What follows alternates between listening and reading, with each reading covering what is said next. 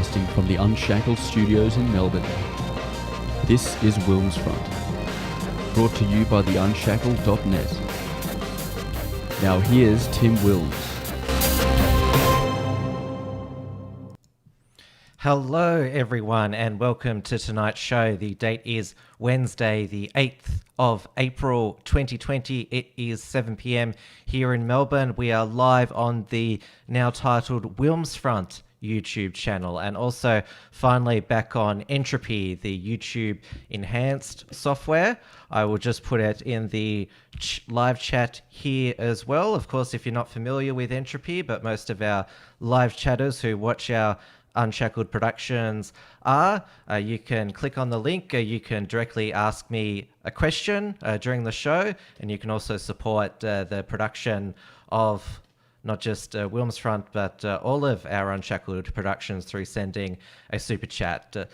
So the Australian government and the new National Cabinet, they made the decision very early on when the coronavirus pandemic, it was clear it had arrived here, that saving lives was their paramount goal, with the means to achieving that goal being to flatten the curve of daily infections, which we are achieving at the moment. The curve has not just flattened, it is now dipping, which is very good news.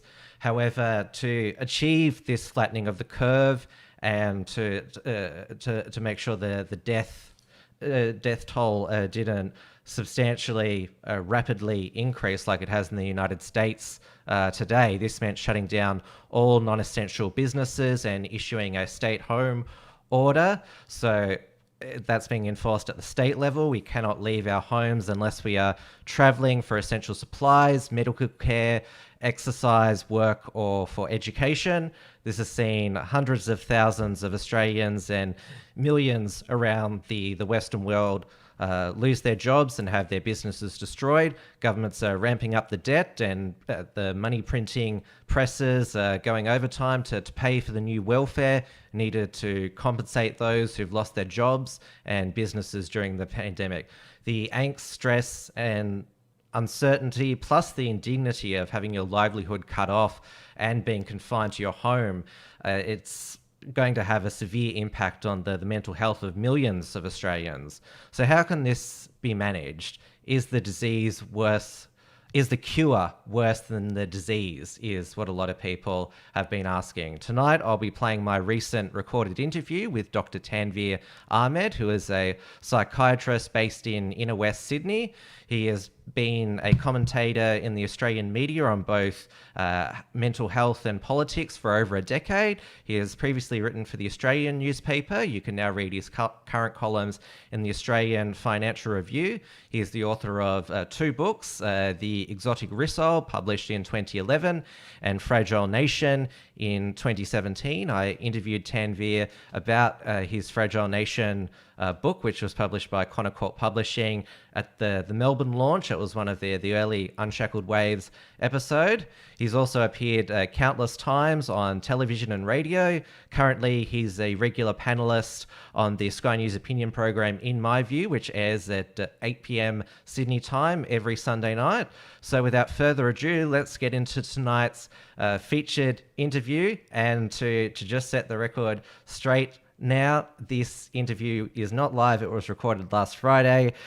So I'll come back after I've played this recorded interview to give a wrap-up of the rest of today's coronavirus-related news, and also the fallout from the High Court quashing Cardinal George Pell's child sex conviction.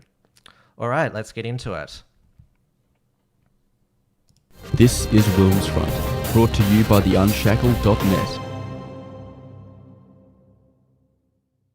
Tanveer, good to see you again. Pleasure to be with you, Tim. Thanks for having me. I know that we previously saw each other in person, but in this age of social isolation, when you say to someone, good to see you, you can only see them through a camera in the virtual world. Yeah, it's nice to see you digitally. You know, we're all getting more used to that, and we'll probably get more and more skilled at that, I think. Obviously, my audience is familiar that I'm broadcasting from my new home studio. And obviously with your work as a psychiatrist, it's normally done face-to-face in a consulting room. You've also traveled around the cities and the regions to meet different clientele. So how's your own work changed with the containment measures and social distancing and isolation measures?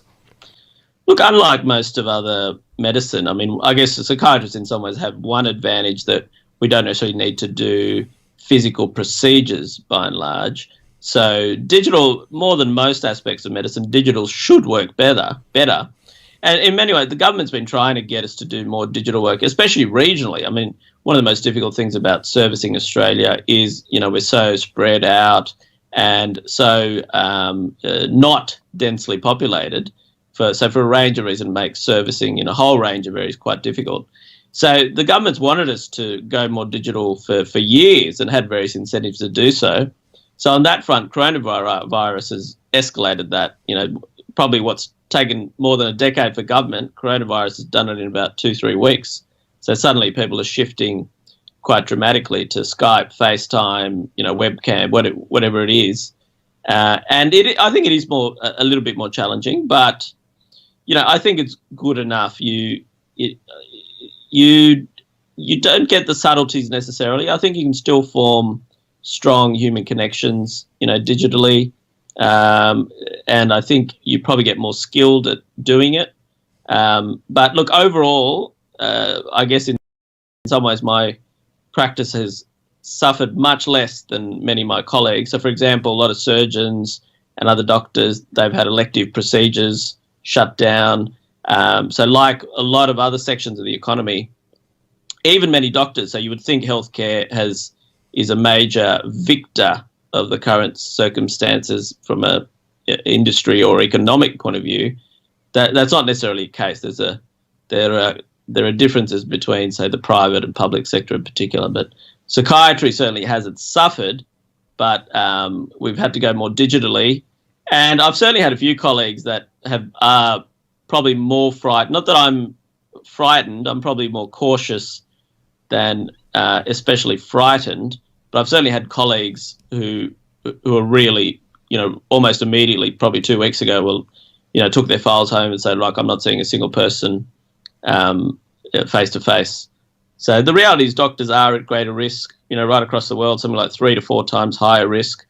Healthcare workers, many doctors have died in Italy and Spain in particular, as well as in the UK and to some extent now.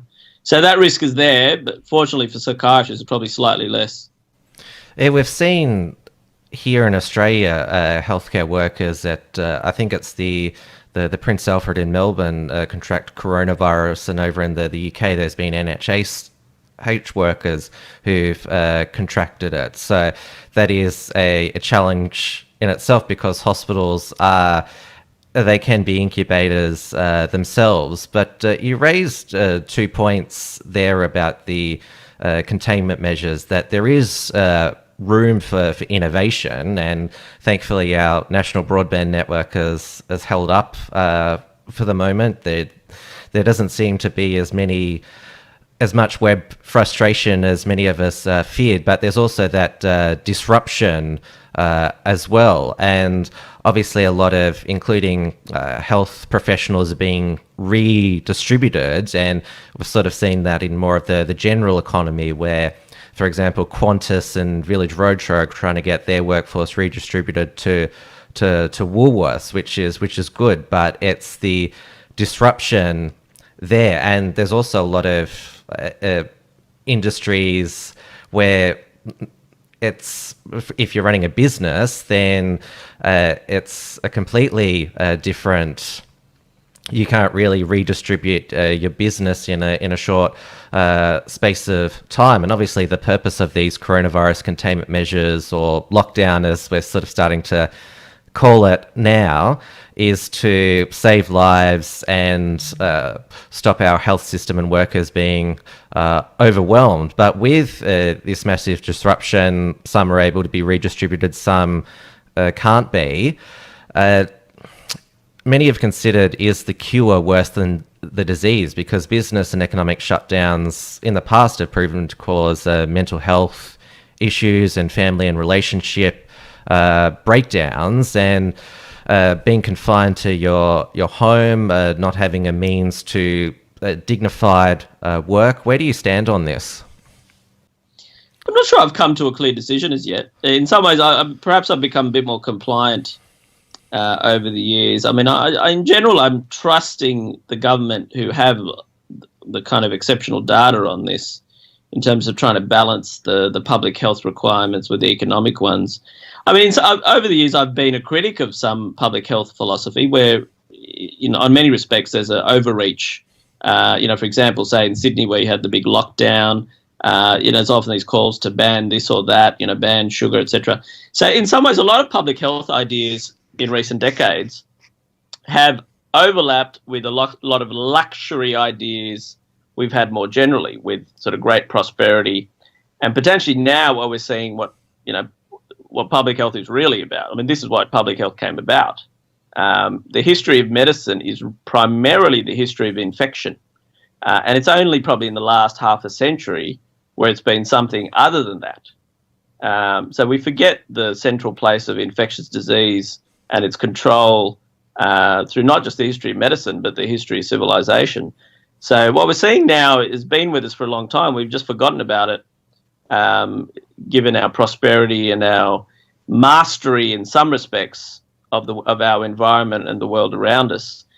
In terms of the economic shock, I mean, it's enormous, isn't it? I mean, I guess arguably the way I interpret it is this: we essentially live in such a prosperous society that we can essentially value human life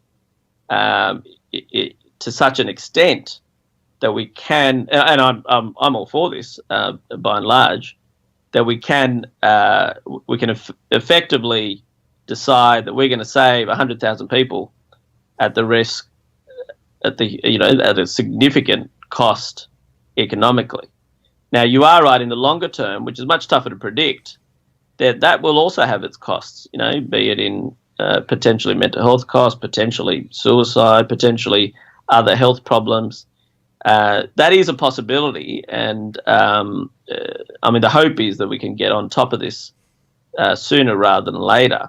But in the short term, I think there was a genuine risk. So I think public health and doctors more generally often calculate the immediate catastrophic health risk at the expense of all else.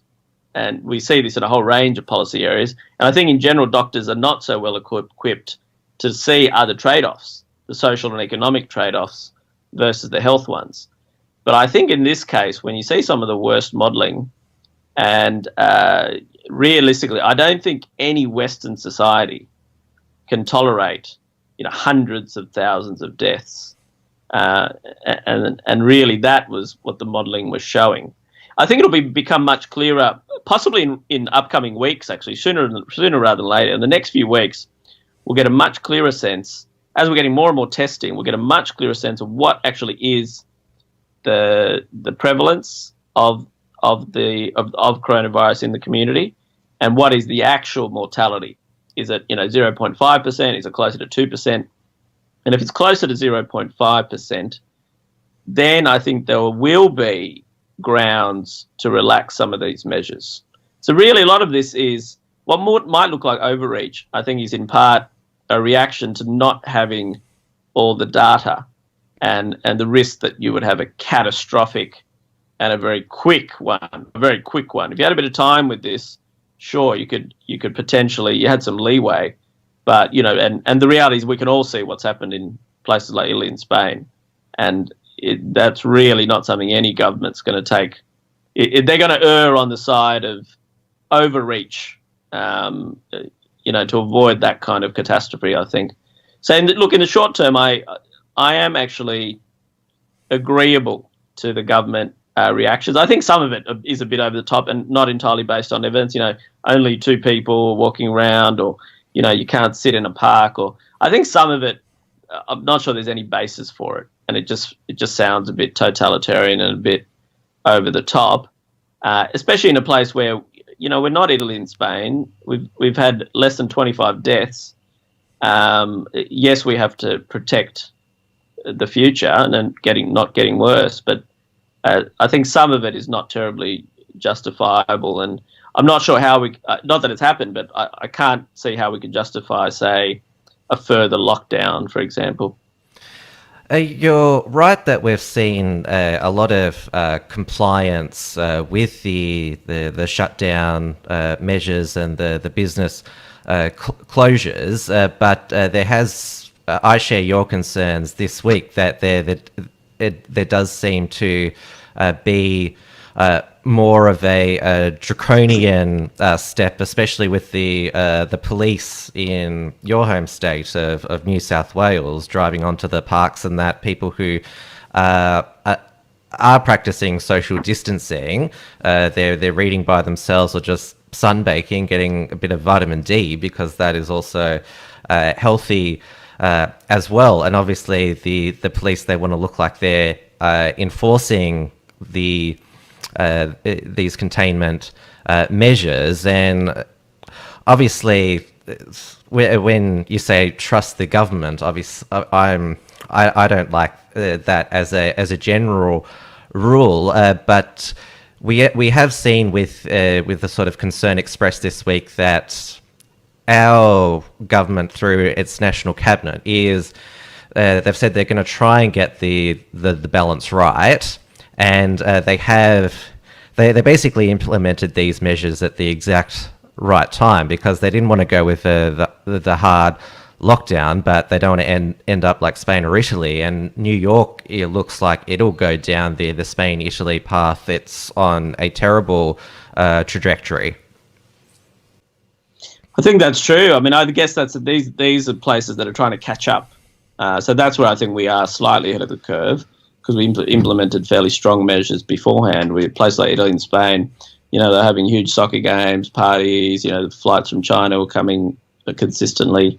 So they're playing catch up, and I think that's why they've had to have an extra overreach. Whereas, a significant proportion of our cases have come from overseas. Not least cruise ships.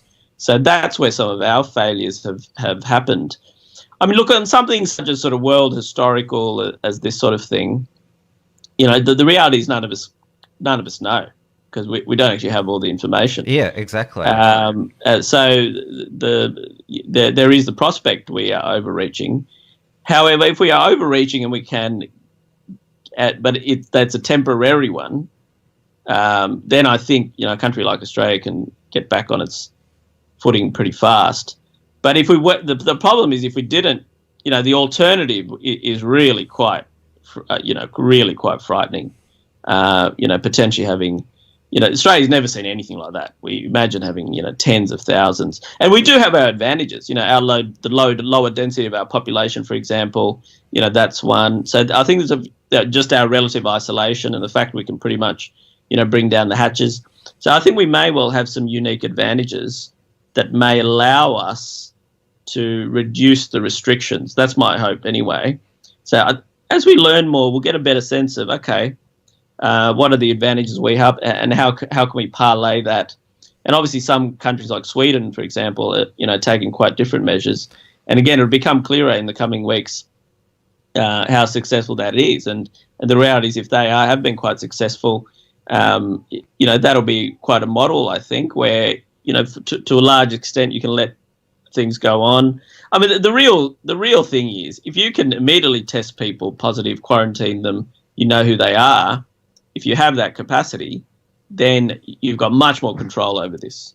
And I think that testing capacity is starting to come up, and you're getting new technologies too. So there's enormous energy being devoted to this. So as soon as you can get a quick result, and very quickly as an administration where the people infected are, where they need to be quarantined, how you limit their contacts, then you've got a much stronger. Once you can see the enemy, you've got a much better chance then of allowing everything in and around the enemy to function. At this stage, we're not quite on top of that central concept, though, being able to see the enemy. And that's why we're having to really batten down the hatches. Yeah, because it's a virus, not a human being. Even the medical professionals, the virologists, they still don't know everything about it, and that's why a lot of any sort of predictions, including media commentators such as myself, make. It's almost folly at the moment. But you're right that Australia, our tyranny of distance, as historian Geoffrey Blaney said, is our greatest strength here, and we are getting ahead with the testing, rolling out the testing, which is one of the best ways where we can identify who has the virus and better quarantine rather than have a mass lockdown. But it was 2 weeks ago when the National Cabinet made their decision to close cafes, bars, restaurants, pubs, where people congregate in large numbers, and there was evidence on that previous weekend they weren't practicing social distancing. And so on the Monday morning, we saw those large lines outside of Centrelink offices, the federal government's welfare headquarters, and obviously the sudden and unexpected shock of being in that line, not due to your own mistakes, because the government has shut down your industry. It's not that you got stood down because you did a bad job or because your business model was bad, but just because these measures are necessary during the pandemic. And there's also, being in that jobless queue, there's the removal of dignity. And I know that there is this sort of expression where the government's got this grant or handout, I should see if I can apply to get it. But there's a lot of people who don't want to put their hand out to government for a payment. They want to be self-sufficient. So there is that stripping of your independence. Oh, of course. I mean, that's one of the most horrific things about this. There's people who had probably have never got close to a Centrelink office and suddenly having to line up. And I think that's one of the areas the government could have done better, actually, because there's no reason, I think other parts of the world, where they were able to get money straight into people's bank accounts. And really the government has the ability to potentially do that. So some of those things where you've got all these people waiting hours in front of a Centrelink, I think there's a real blow to human dignity that was unnecessary. There's enough distress as it is. So trying to minimise that at every corner, should be considered. Now, look, it's horrible. I'm seeing people like that. You're not only, you've got people whose retirement savings have been slashed. You've got people overnight lost their businesses and their jobs. I mean, it's horrible. I mean, in our lifetimes, we haven't seen anything like this. I mean, I'm lucky. Really doesn't certainly it doesn't affect my income or work. So in that respect, I'm extremely lucky, one of the lucky few. And it's horrible to see this around us happen. And I hope, we get out of it faster. I think Australia is better placed. And you are right. This is one of the places we often complain about, being isolated or being a kind of a cultural backwater, all these things. I mean, this is one area, this is one time when, I think it's our isolation and our distance, both Australia and New Zealand, we can really shut the gates. And I hope that will be a big advantage in what's happening. I mean, from the economic side, again, it's so early in this, there'll be all manner of people with all manner of stuff to say. And you are right, there is the prospect that the cure, may be, pretty brutal with significant side effects. And it is hard. I mean, the reality is the measure, and some people have written about this, and it's always a tough one to argue, the unit of measure that you're trying to save is, some economists have argued this, public health officials too, is life years adjusted. So which measures, not single lives, but life years. And the reality is it brings up things about, are old people's lives, worth less than young people's lives? Because taking a lot of jobs, and you can actually calculate and give estimates that, say someone in their 30s and 40s with bad job and their risk of having various diseases thereafter, not, being unemployed, that may well reduce life years. in the very longer term. I mean, we can't predict it with certainty, but you can model some of these things. So that's a very challenging debate to have, and because really what we're doing at the moment, that's the trade-off we're making all the time. Because whenever we ease restrictions, there's a prospect that will lead to more lives lost. But whenever you increase them, there's also all this, if not what's called mortality, so much morbidity, not even saying it properly. And that's the notion of illness and loss of function without actual death. So it's where you're ill, you can't do all these things, but you're not necessarily dead. So it's like we're choosing a lot of that over the actual death part, but the longer term impacts of that, may well be equal or if not worse. And again, the reality is we just don't know. It's still quite early. We will know probably fairly soon. Within weeks, we'll get a quick sense. But I mean, these are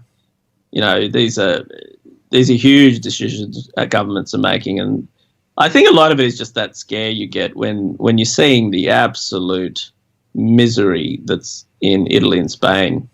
I think when governments see that, they're like, we cannot even remotely risk that. I mean, you've got economies like the United States on its knees almost, and that's the power of this virus.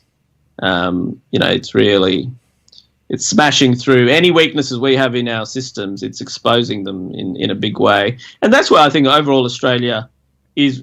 I think it's showing how good our systems are. I mean, the reality is we do have a very strong welfare system. We have an excellent universal healthcare system.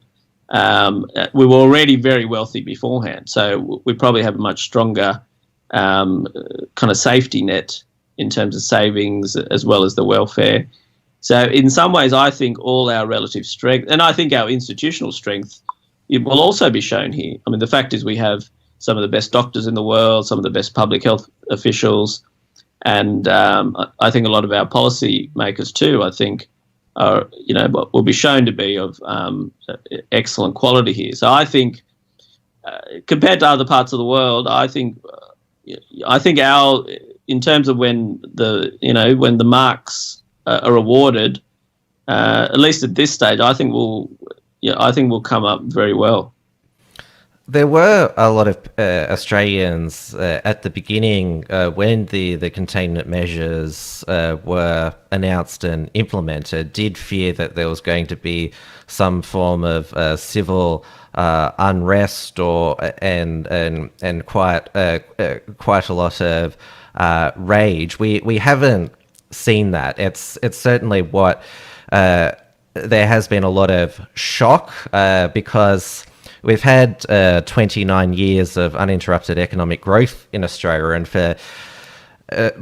we probably all thought that pandemics were something of the past, that we'd mastered medicine, but of course viruses like humanity evolve as well, and so the main issue or how to get through this is not there doesn't seem like there's going to be a breakdown in public order now, but certainly people they need to be able to cope and adjust quickly because of this shock. We've just gone through the Centrelink lines, and also with the business shutdowns, we now have the social distancing isolation measures where governments are now telling Australians to stay at home, do not leave unless it's for work, gaining essential supplies and exercise. You have your wife and children, so you're lucky that you've got each other to help support you, but not everyone is so fortunate. And it amazed me that 25% of private residents in Australia are single dwellings, which that shocked me, that there's that much loneliness in Australia, and especially during this time. Yeah, we certainly have high rates of single parent places. Now, look, loneliness isn't the same as living alone. There'll be a lot of people who live alone who would say they're not necessarily lonely. because they'll still be well connected, etc., but they prefer to live alone. But you are right. I mean, that's one of the hardest parts, even though I've got my immediate, say, wife and children, like many others, my parents, we're trying to kind of isolate them, and it's horrible, isn't it? Like, you'll have your kid's birthday and they can't see. We're trying to call them every day and stay in contact however we can. But, I mean, that's a huge challenge. So on one level, an interesting thing I've seen with some of my patients, on one level, obviously there's a great deal of emotional distress, but at the same time, for a lot of people, they've never had a sense of this sort of shared threat. So even though we're kind of, all kind of stuck in our homes, we probably never felt the same sense of shared threat. So a lot of people who do have psychological disorders, and they've usually, part of the problem has been they experience it alone. So on some level, some of them aren't quite as distressed as you might think, because they feel, I guess, more connected to the people around them, even though they may be physically distant. So that's an interesting thing. So some aspects of mental health will not necessarily worsen. Some will. And the aspects that will worsen will partly be due to very practical reasons. So in the Western world, sometimes what we, sort of negatively call affluenza or something, there's certainly an element of mental health that has been about this combination of great prosperity and a kind of lack of purpose, where, people have had a kind of pointlessness to their lives, but they've been very wealthy, but they're trying to find a wider purpose or meaning. Whereas in some ways that's been pricked quite thoroughly by this, where people now have a much stronger sense of, I need to survive, I need to, provide, etc. It's kind of back to basics, economy, back to essentials. So you'll find in some people that actually, from a purely mental health point of view, it can actually improve some people, because it just gives them much firmer direction and need. And this has been seen in the world wars and that kind of thing. And not only do people feel a much stronger sense of shared purpose, it can also heighten certain social roles. So back then, when you had much more traditional households, for example, the women's role in the house was was especially valued. They had to manage the house, etc. Obviously, for men, it can be harder because many of them lose their provider role. So in some ways, it can be more challenging on one respects. The caring role can be, I think there'll be a lot more men these days that will be engaged more thoroughly in the caring roles, be it with grandparents or children, much more so. So it'll be, there'll be a whole wealth of data that comes from this, showing some of our social changes. But I think there'll be some things that'll revert some very traditional models as well. I think that'll be interesting to see. I mean, so far, look, I'm not seeing, suddenly like a huge spike in, say, people getting suicidal or anything like that. I think at the moment people are very much like, right, we need to survive. There's a real strong sense of purpose and trying to band together. There's certainly an anxiety, but that anxiety is thoroughly realistic, whereas most of the people I'd previously seen with anxiety disorders, it was usually a overestimation of risk, as people who, couldn't go outside without getting panic attacks or something like that. Whereas now the sense of threat is a perfectly legitimate one. It's certainly not a pathological one. You mentioned affluenza,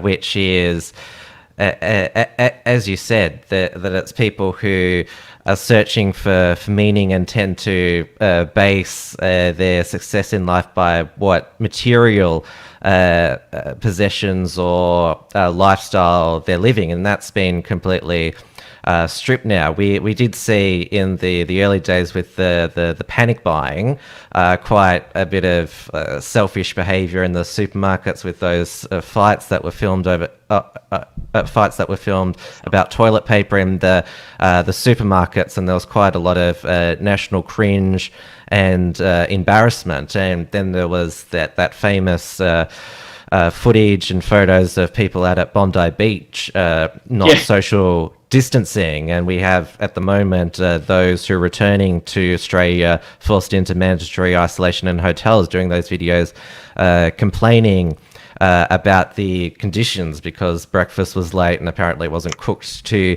their preferred taste. But we are seeing, on the whole, a transition from an individualistic, materialistic culture to one of community and national and civic duty. As you said, our basic survival instincts have kicked in, and we also need to be more of a community. And our leaders have said, and even though they are trying to police these, they are relying on people to do the right thing. And there is also a lot of social, as it's called, social pressure on people to practice proper social distancing and do the right thing by each other. Yeah, look, absolutely. Look, I think Australians are pretty compliant people, to be honest. I mean, we're not as, I don't think we're terribly individualistic, actually. I think we're quite pragmatic. And realistically, I mean, we love regulations and all this stuff. I mean, we put up with all manner of stuff. So we are, I think, quite a compliant, authority-loving people, despite being probably amongst the most in, I think we're closer to, say, Britain in terms of following rules and all that kind of stuff than we are to the Americans as such. So we're a pragmatic people. We're not an ideological people, I don't think. So I think people are quite quick to shift to what's necessary.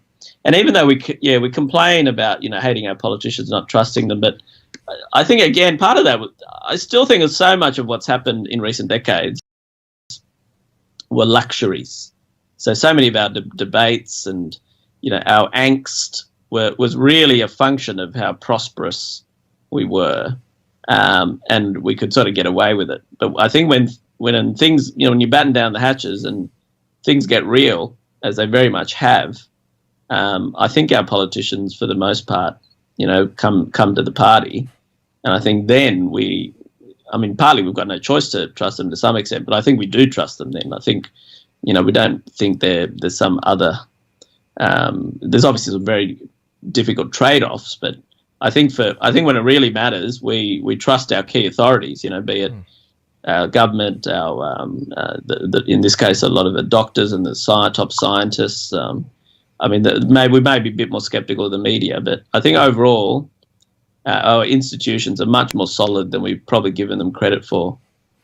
It's interesting seeing somebody like Mike Carlton. I'm not sure if you've ever encountered him in person or online, but he's always been quite vitriolic on Twitter. But he's come to the realization that this is a warlike situation. And of course, he says, I don't like the Liberals, don't like Scott Morrison, but he's our world leader.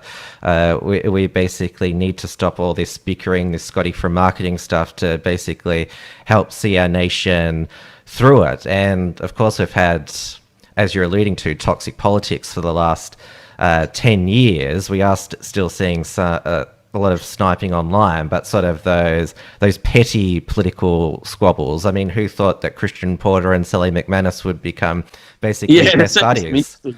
Some very interesting bedfellows in recent weeks, don't they? So, they've come together. I mean, this is where, again, very practical, a lot of old ideologies. It would be interesting what happens, on the other side of this. And, I know some of the things, say, your site has railed against, and rightly so, some of, be it from, safe spaces on universities to veganism to the worst parts of, say, animal rights and some of the extinction rebellion. So some of the worst aspects of the left, and look, there's, this happens on the right too, but to a different extent. A lot of that has been pricked. They've been shown for the non-problems they were. And I can't say who was writing it, but I know one analogy I was reading was that a lot of political activists, you could imagine with the infection analogy, the political activists are the white blood cells of society. And when they had nothing real to come after, they turn on themselves. They turn on society itself. And I think it was an element of that in the past couple of decades, where it was all these kind of non-problems, kind of manufactured problems that were actually hurting our society and discourse. And a lot of that, that's probably one of the things I secretly am enjoying about recent events, where it's just pricked so much, so much of the, what's the word, essentially the bollocks, really, so much of the Extinction Rebellion and Greta Inc. They're out of business overnight. In fact, our Premier in Victoria, Daniel Andrews, during the first week of the pandemic, announced that he was lifting the moratorium on onshore gas exploration, despite him having that renewable energy target. Shows that people do not actually hold these views with great conviction when other things are at risk. More real things are at risk. So it shows that so much of these belief systems were about virtue signaling. It was more about communicating identity and status within certain social groups, and that comes tumbling down very quickly when there's more serious matters at hand and genuine threats. And even a lot of the same people who held those views, now they're scrambling to survive economically, and suddenly the room for them to sprout those views is much more limited. And as I said previously, we are seeing more of a nationalistic spirit during this pandemic, and it's not being viewed as a bad thing, as a lot of people thought in the past. But after this pandemic is over, because on the current projections and trends, Western Europe, the United States are going to be completely decimated in terms of both the deaths and the economic damage. And because it looks like we are going to come out of this well and better, than there's still going to be a recovery phase, but it's going to be Australia alone. We can't rely on those allies that we once had to sort of trade in that, and we're certainly not going to trust China like we have in the past, or basically being compliant with them as a lot of our politicians and businesses were. Look, we don't know yet, so that would be the hope. Now, certainly the hope is that we do get through this better than others, and there is the chance. And I think you are right. There'll be a lot of changes of this. I mean, one, there'll be much more focus on self-sufficiency, especially in matters of national security. So there'll be a sense that we need to have a manufacturing base, that we need to have some key thing, medicines, etc. We need to have some key things. So I think there will be a reversion to sorts, a bit more of an internal reversion. So in some ways we are all reverting, be it to family and nation. We're kind of, reaching inwards a bit. And I think most of that is quite positive. But we do still need global institutions. I remember something I was just reading this morning. I think it was a former Swedish Prime Minister tweeted, suddenly the G20, the United Nations, they all look pretty weak. And one of the few, and the US looks very weak as a global power here. And the only global force, is COVID.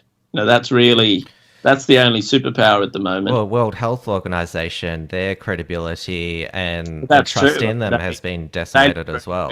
They've lost a lot of credibility over this, and this is another area where Australia was ahead of the curve. We banned flights from China against World Health Organization recommendations, and that was a very good decision. So this is where, again, our institutions and authorities have acted very well on many of the questions through this crisis. So look, a hell of a lot's going to change. This is a world historical event, Tim. Where we're all going to come out the other side slightly changed. Some things will re-emerge, but these are transformative, and we're all going to adapt. I think that's what we're going to focus on. But I think Australia will, certainly at this stage, the way it's looking, we have the potential to come out much stronger than many countries in the Western world. Well, our leaders are sticking to that 6-month time frame where these containment measures have got to be in place, and we are slowly getting used to it, despite the shock. And obviously, I mentioned the stay-at-home advice, the 4 reasons that you're only allowed to leave the house. One of them is exercising, because it has been an expression like, I need to get out of the house to basically clear my head, get some fresh air. That's a legitimate form, because there are health effects to being cooped up. And of course, some people are, as you said, coping better than others. Some people already kept to themselves and stayed at home most of the time, didn't go out. Others, their whole lives was social events and going to gigs and sporting events. And obviously they've been affected as well. Our arts and sports, live entertainment, that's all been shut down. Yeah, look, absolutely. Yeah, I mean, yeah, I'm sorry, I missed the actual question there, Tim. So I was saying that the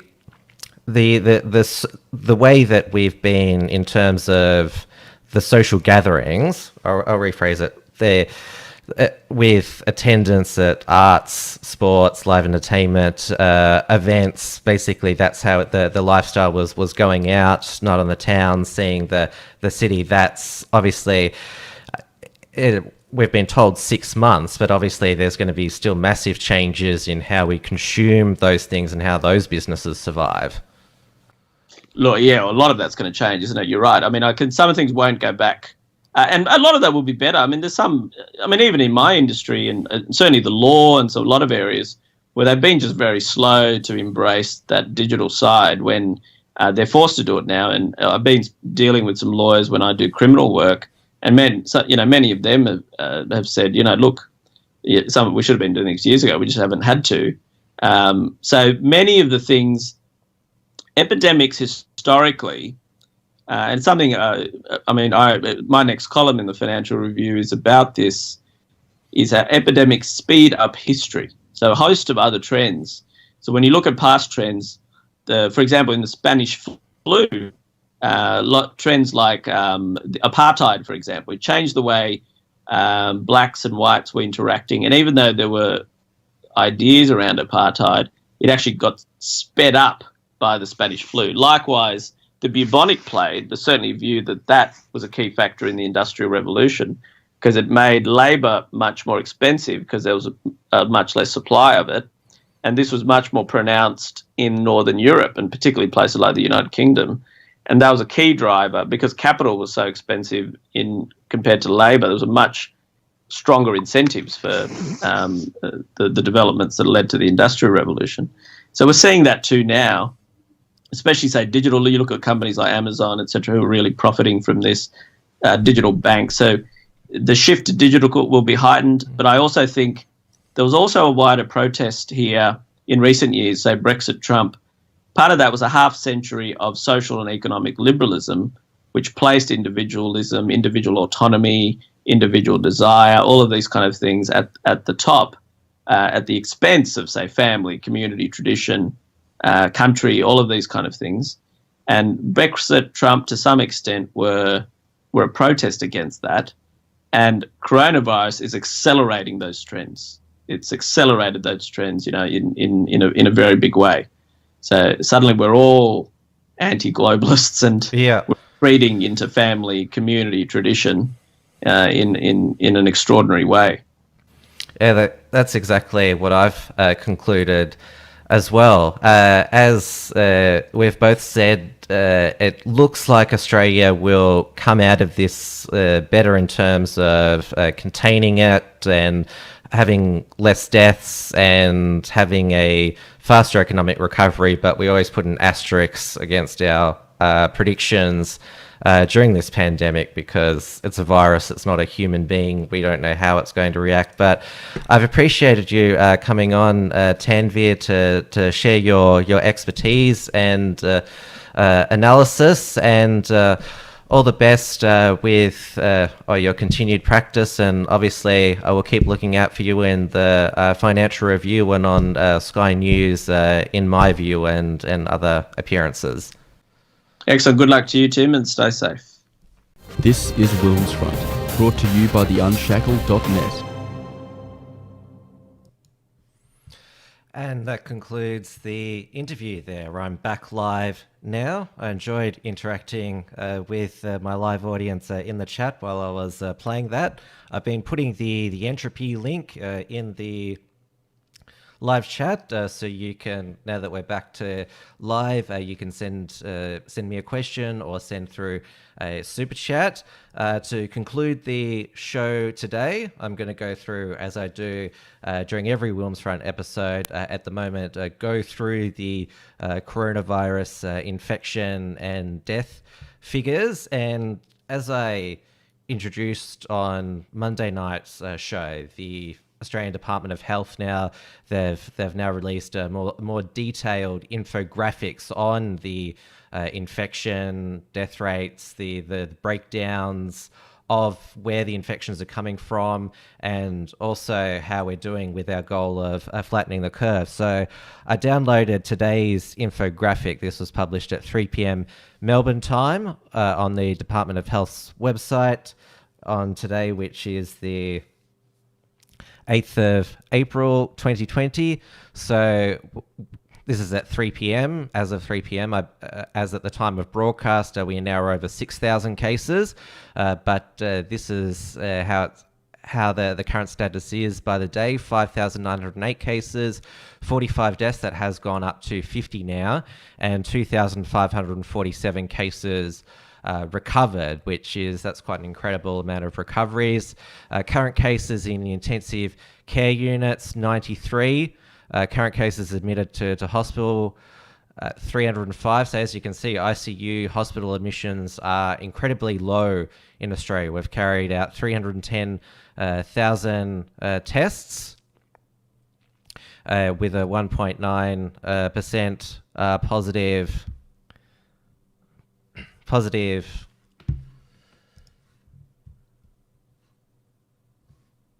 Actually, says this was published yesterday, so just scrap that because I'll bring up there the most up-to-date figures here, or let me say refresh there.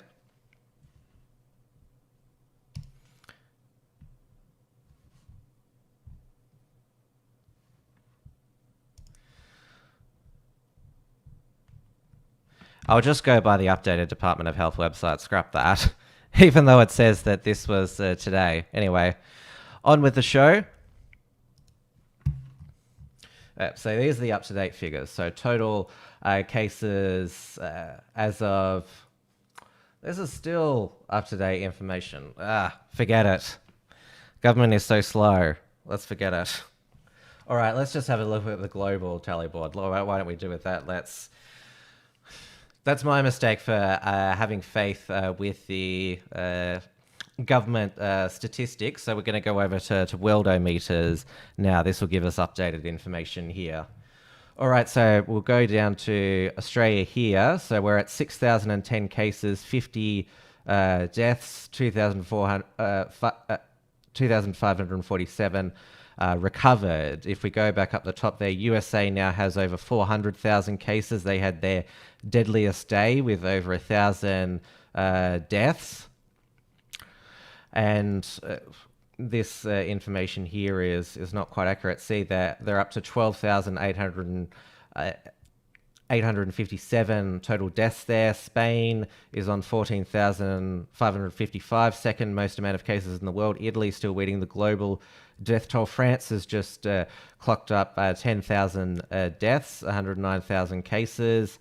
Italy, as I said, is third in terms of total cases. This graph goes by the total amount of cases. China still claims, they have 3,333 deaths, only 2 new deaths and 81,000 infections. We all know that's BS. And Iran's death rate has gone up significantly. That's now at 4,000 total deaths, 67,286 cases.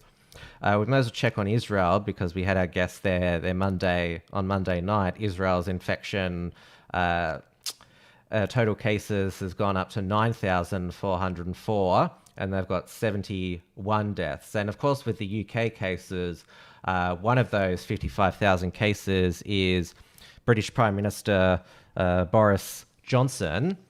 He he disclosed it was not last Friday, Friday before, he'd been diagnosed with coronavirus. He was self-isolating. He had mild symptoms, but he's now in intensive care because his breathing deteriorated.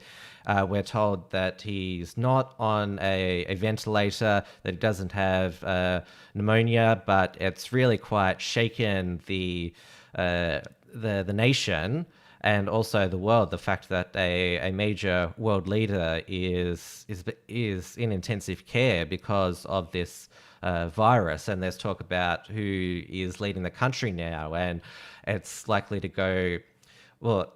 The caretaker prime minister is likely to be the Chancellor Dominic Raab, who is seen as competent, but he's quite inexperienced as well in terms of stepping up to be prime minister. I mean, just look at the year that Boris Johnson had before when he took took over from Theresa May. He had to go to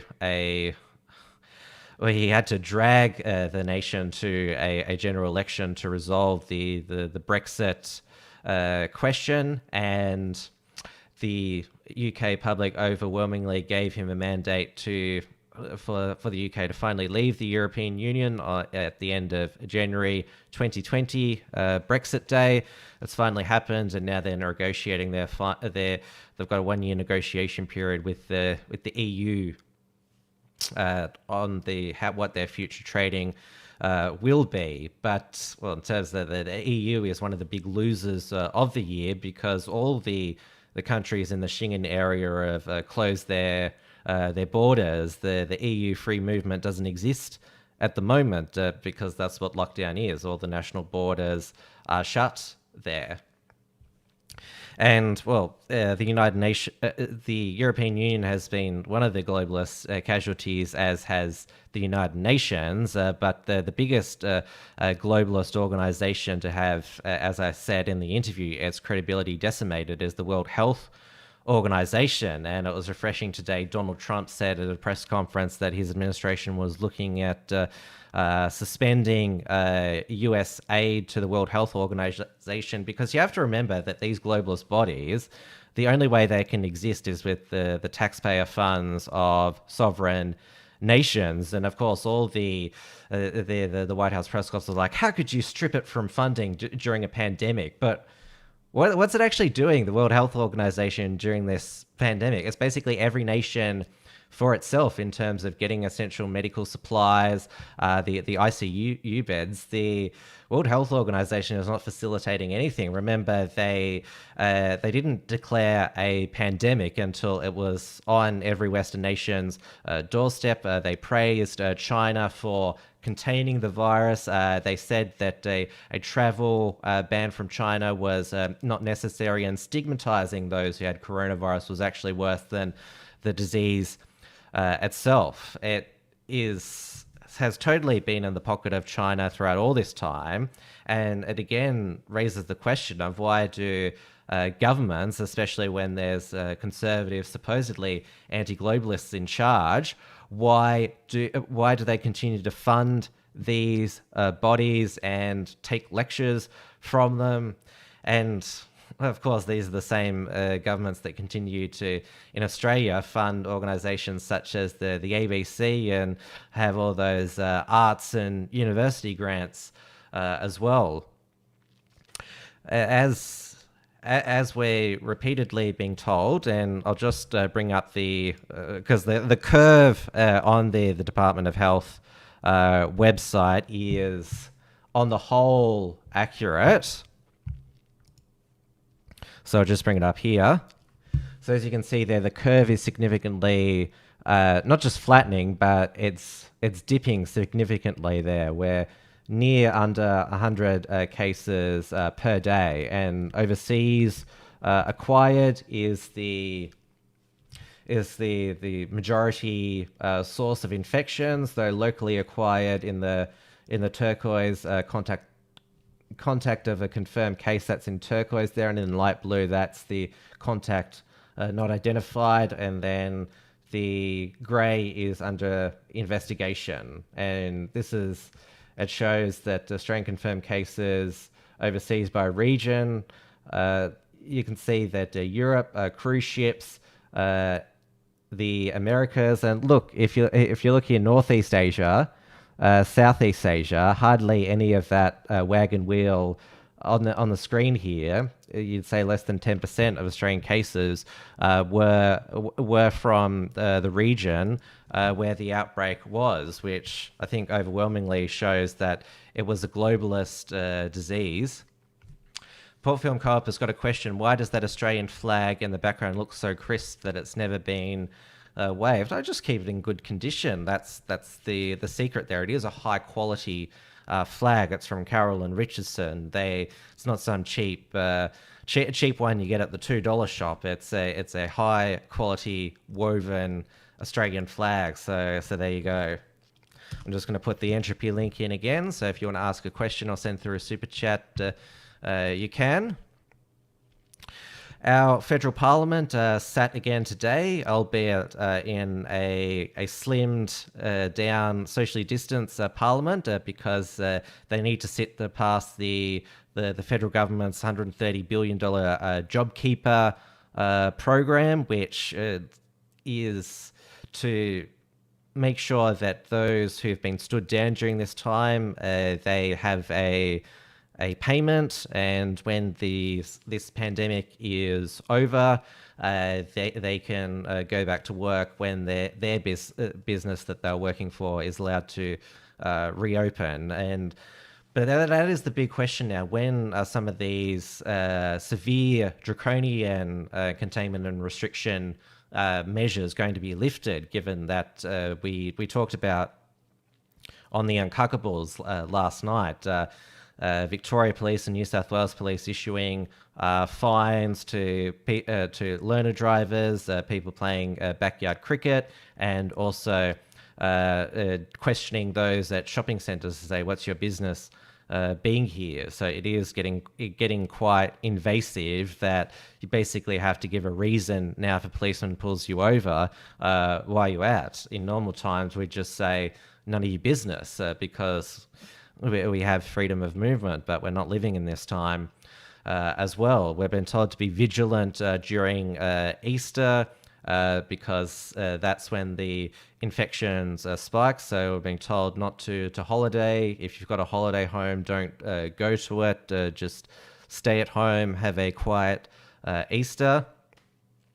Another development from the federal parliament sitting today is there will be a new Senate Select Committee to scrutinise the government measures during the pandemic, which is we need scrutiny from the legislature on the executive during this time, and that should not just be at the state level, the federal level. It should also be at the state level as well. I think there should be one in every state parliament, Victoria, New South Wales, Queensland, because it's the state governments and police forces that are enforcing these draconian containment measures.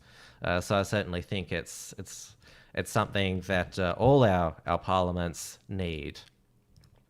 Of course, the biggest non-coronavirus news of the past 2 days has been the High Court of Australia quashing Catholic Cardinal George Pell's conviction for historical child sex crimes. It was a 7-0 decision by the full bench of the High Court, and basically slapped down the entire Victorian legal system, from the police to the Director of Public Prosecution, and of course rebuked the Victorian Court of Appeal, which decided 2-1 to uphold the conviction.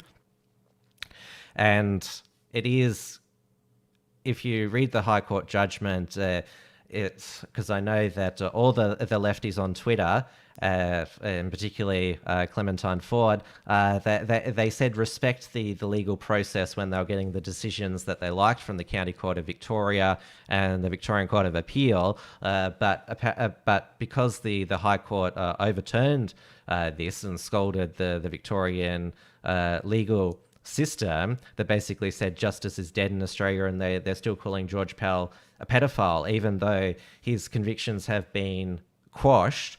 Not guilty means he's innocent. Remember how our legal system works: innocent until proven guilty. That's how it works. George Pell has no criminal record now, and so you may, obviously they've always hated George Pell and see him as a representation of everything that's wrong with the Catholic Church, and there's long been accusations that he's been complicit in the church moving around pedophile priests, and accusations that the Catholic Church in Australia's response to child sexual abuse was not adequate. But he wasn't on trial for that. He was on trial for that specific supposed offence in St Patrick's Cathedral in Melbourne in 1996. And I noticed today that despite we're supposedly in lockdown, vandalism was still able to take place outside the cathedral, still calling him a pedophile and all of those names, which is, it's one thing to write those smears on social media, but to vandalize an actual church and break self-isolation, that is quite, I would say way beyond the pale. And there is talk now whether there needs to be some form of, whether it be a Royal Commission investigation probe into Victoria Police, the director of Public Prosecution's decision to prosecute George Pell, even though it was clear to most legal minds that you couldn't have convicted Pell based on the sole testimony of the surviving witness beyond all reasonable doubt, even despite the fact that there were also the 23 opportunity witnesses who said, look, the way that these services were conducted Sunday Mass, there's no way that he could have been at two places at once, because that day he was outside greeting parishioners at the time that the supposed sex acts were supposed to take place. And you have to remember that the Victoria Police was also being rocked by the Lawyer X scandal, Nicola Gobbo. There's a Royal Commission into that, how she was a gangland lawyer yet ratting on her clients, which is a big no-no in our legal system. So it hasn't been a good couple of years for the legal system in Victoria. And George Pell now, after he was released from Barwon Prison which is near Geelong, he is now on his way to Sydney. And some people might be asking, how can he cross state lines during the lockdown? There is still no border control between Victoria and New South Wales. There is with all the other states, but not between Victoria and New South Wales, which is, given that they're the two states with the highest amount of cases and deaths, it's amazing that they haven't shut the border on each other. But the snapparazzi, they've been out stalking George Pell, trying to get footage of him. It's sort of reminds me of when Schapelle Corby was released from prison, and this is, somebody sent this to the media. They snapped him at a petrol station here. So you can see him here. He's just getting a newspaper. There, this is basically, it's the Pell Watch or Pell Cam. You can see he's just queuing up there. But it's sort of a sight you don't see any day. A Catholic cardinal, the third most powerful person at the Vatican in Rome, the treasurer there, he's just at the local servo on the way on a road trip to Sydney, just there. And I know he's been through quite an ordeal, 404 days falsely in prison, but he still looks all right there. He is 78 years old and got a heart condition. I think definitely now he's probably going to, as they say, hang up the frock. And you would say to the mainstream media and also to the vitriolers, just leave him alone now. I mean, you got him. I mean, he was locked up for a year. I mean, to all those leftists who just want to see him suffer, I mean, you got some sort of some satisfaction out of seeing him in jail for a year, albeit falsely. They still believe that he should be locked up for forever. They still think that he committed those crimes, but they still like to see him locked up anyway for his crimes against for the crimes of the Catholic Church. And if one of the most objective voices throughout this whole Pell saga was Father Frank Brennan. Yes, he is also a Catholic priest, but he is in no way a church ideological ally of Pell.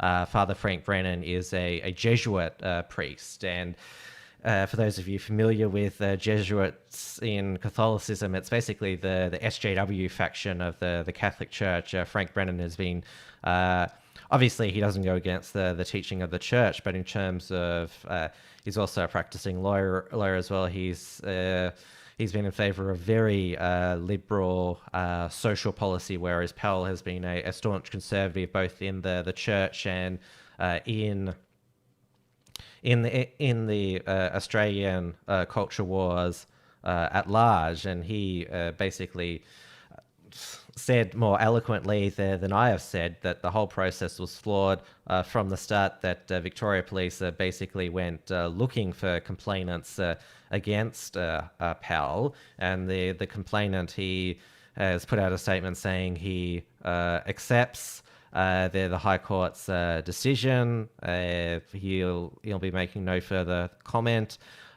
Most people in the media who have been Pell's defenders do believe that he was raped by a priest, but it was a case of mistaken identity, given that it was so many years ago, and given the fact that it was just implausible during that Sunday Mass at St. Paul's Cathedral.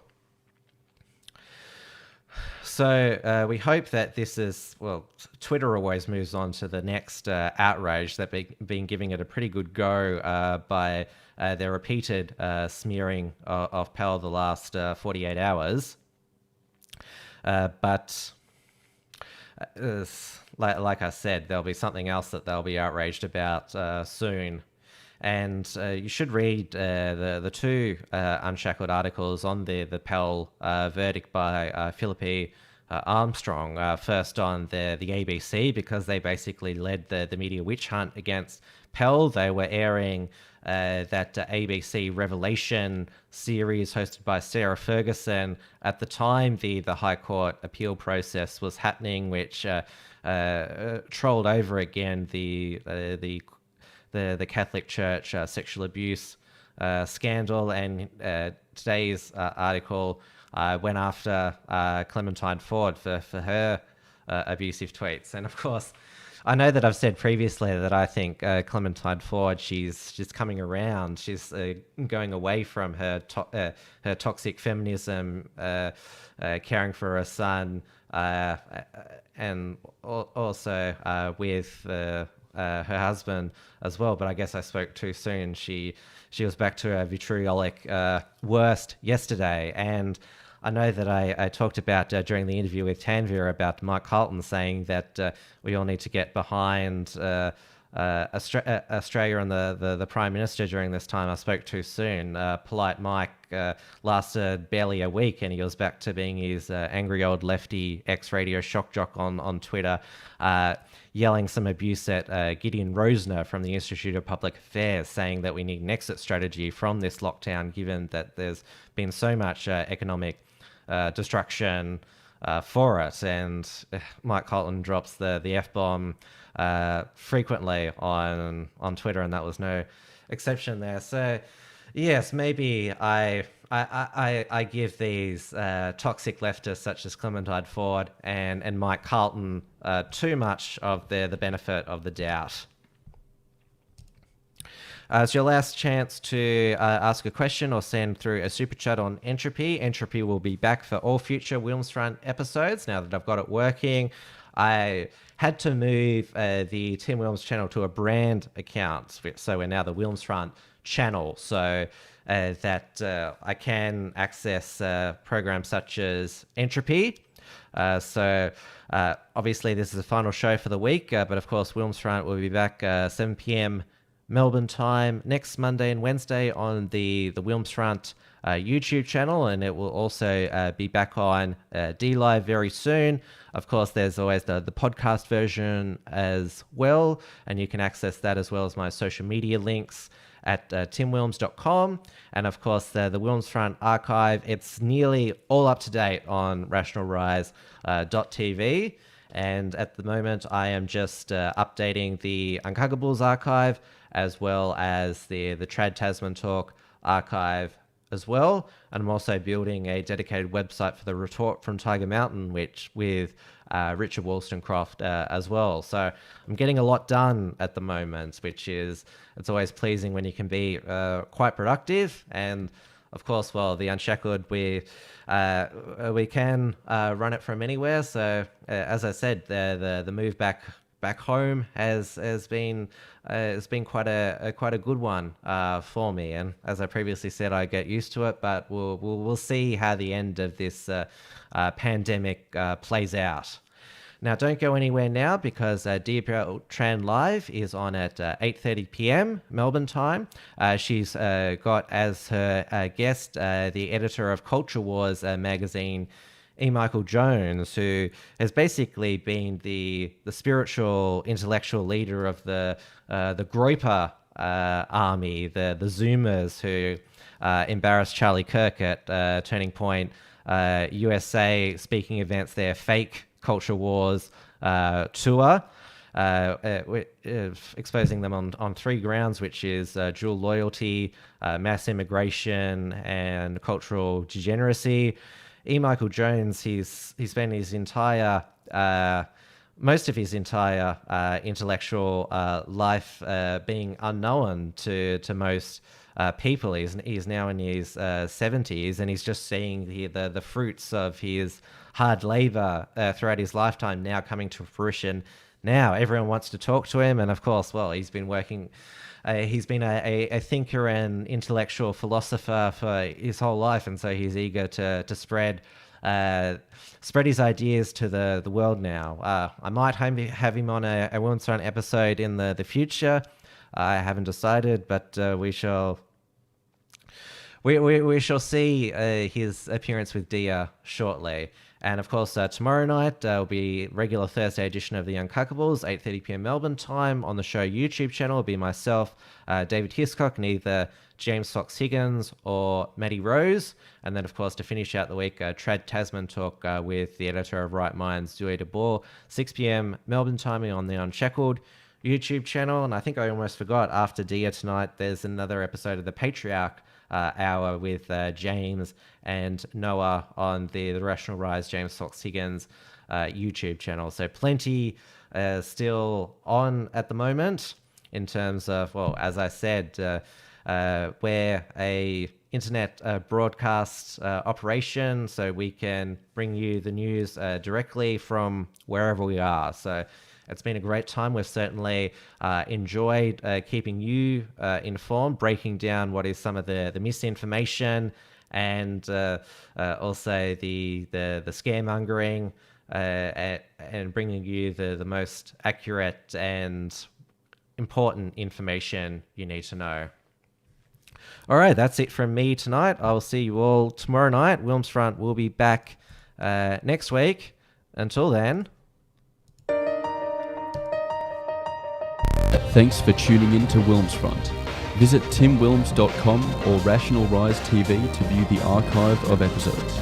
And keep visiting theunshackled.net to view all our shows, and to keep up with the latest real news and analysis.